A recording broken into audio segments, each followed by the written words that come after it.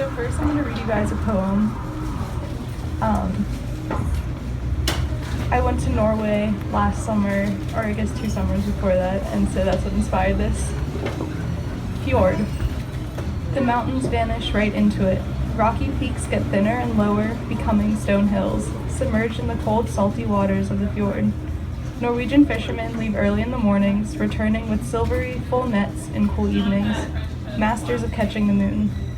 Moments of buttery sun are welcomed eagerly by shoulders, aching to shrug off their woolen sweaters. The brave swim. The secret to bravery. Begin where the moss meets the pebbles and run. Run to the water, lapping at the banks. Do not stop until it's up to your ears. Hear the pounding of hot blood. Let it settle to a simmer. Allow the iciness to sink into your skin until you believe you can breathe in the shards. Float. Water surrounds, edged in by bony fingers of land poking fun at the Atlantic. The sun's orb is heavy on its bow, like a blood orange. Juice drips crimson into the ocean, staining the water instantly. Lantern light, the color of egg yolks, radiates from log cabins, seeps under the doors and presses its flaxen face to the window panes, finding its way into a grandmother's biscuits, with raisins the color of garnets. The velvet curtain of night has fallen on the fjord.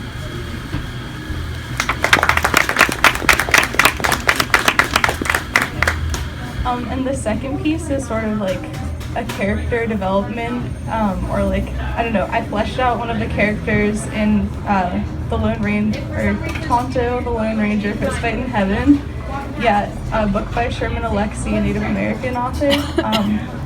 And so I took this character, she doesn't even have a name in the book, and she appears in one chapter, but she sort of picks up one of like the main characters at a bar and takes him back to her trailer, but their night doesn't really turn out well.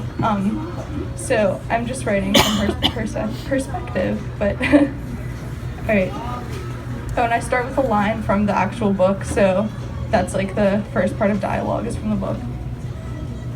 "You're nothing important," he said. "You're just another goddamned Indian, like me." I told him he was wrong. I am important the same as he. The women of my family taught me that we're all important. We all revolve around the sun and take in the same air. Along with that comes our right to importance, to mattering. He forgot we all have a place on this earth. The men in my family forgot this too. His scars looked so pink in the light. I stared. He buttoned up his red flannel and took those aching scars with him. I could have helped those scars, but they didn't want to be helped. The trailer shook like the ground was to split and swallow us up as he stomped over and snatched the last beer from the refrigerator. I felt the creaks and groans of my ancestors in the floorboards. They disapproved. He was no crazy horse. The metal screen door banged shut and my ancestors fell silent. He was gone. I was glad, and so were they. 10 years ago, I felt the same tremor in the earth as my brother cracked open his first beer. He let it spill into him like he was standing under Spokane Falls with his mouth open wide. Avalanches of the alcoholic liquid drowned out his importance from then on.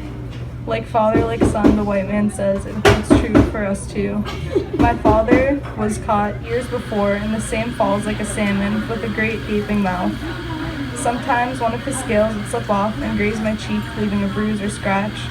Sometimes he would shake his fins and drops of the liquid would fly off and pelt my back like a hard rain. You are not important, you are not important, you are not important, the drops chanted as they hit me. That's why I told him I was in bed with my father. He was not crazy horse. He was my father, my brother, my uncles, my cousins. My solution. I try to talk to grandmother when I drive the long stretches of highway. Grandmother, I ask, how do I drive beyond the horizon?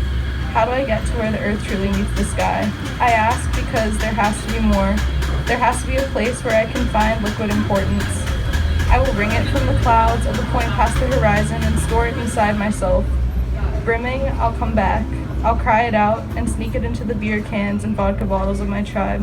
We will all be full of meaning once more. How many of my sisters have believed they were nothing? How many of my brothers have told them so? Tomorrow, I will go to find liquid importance. I just want to say quickly, like, I'm not Native American. I know that that's not my perspective, but I felt that I connected emotionally with the character and I loved fleshing her out and just, I don't know, I have some history of alcoholism in my family too, and so I think I could definitely connect to that. So just wanted to explain.